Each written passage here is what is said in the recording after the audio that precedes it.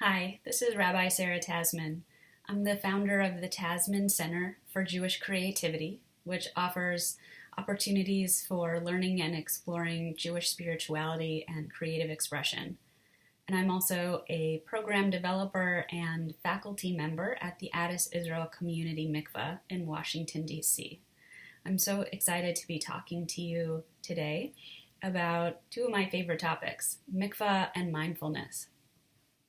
I want to start out by talking a little bit about how a mikvah practice or a one-time special mikvah immersion can be part of your mindfulness practice. And then I'll also mention some other ways to think about incorporating other mindfulness techniques into your mikvah ritual to enhance it and make it more meaningful. So take a moment to think about all the different reasons why someone might go to immerse in the mikvah or do a water ritual. So maybe they're going through a life transition that they want to mark, or maybe they have a regular mikvah practice of going on a regular basis. Whatever the reason for someone's mikvah immersion, the time and the space that is carved out for this ritual is a beautiful way to think about how to have more mindfulness in your life. So when you're preparing for the immersion, taking some time just to take stock of where you are in your life, where you are in the seasons of the Jewish year cycle, where you are in the season of your life. How are you feeling in your body? How are you feeling spiritually, emotionally, mentally? How are you feeling in your relationships? Because of the time and the space of preparing and doing the actual immersion, mikvah is a beautiful way to think about adding some more awareness, a practice of paying attention to how we're feeling and what's going on with ourselves. It's a beautiful way to think about checking in and just seeing how we're doing. So I also want to offer some ways to think about the immersion itself as a mindfulness practice. So if you are immersing for a life transition that you've already gone through and you're marking the end of that experience that you went through, your immersion or your water ritual can really help you leave behind anything that you need to leave behind. It can help you release anything you need to release. You can leave anything you don't need emotionally and spiritually in the mikvah. And it doesn't impurify the mikvah in any way. You can really just release anything you need to release emotionally and spiritually in the waters of the mikvah, so that when you come out from the mikvah, you can feel even more ready to move on in whatever way that you need to move on.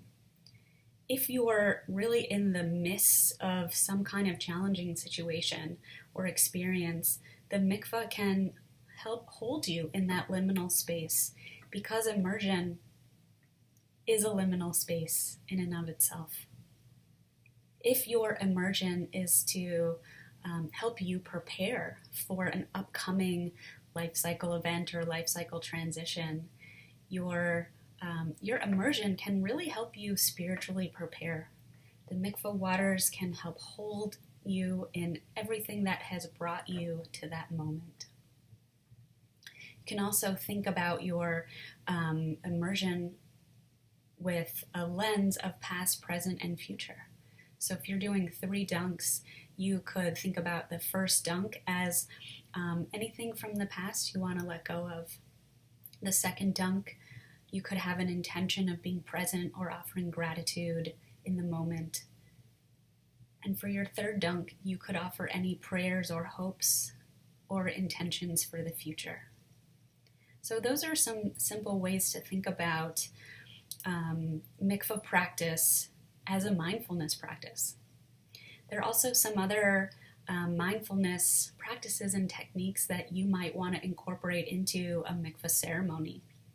So thinking about all the different senses, not only the physicality and the feeling of the water, but also the sense of smell, the sense of sound. So thinking about if there's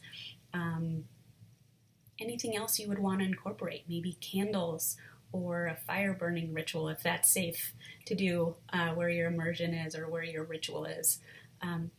Thinking about incorporating music or singing or chanting, that maybe if you're immersing, that you might want to offer your own prayers or your own song, or maybe you have friends or family accompany you that offer you words of blessing or words of affirmation or songs to support you. Maybe you think about incorporating some time for journaling or some poetry into your ceremony. Thinking about incorporating gratitude practice. So making sure that you've set some time either while you're preparing or when you're in the water or when you've come out of the water to offer gratitude for being in the present moment.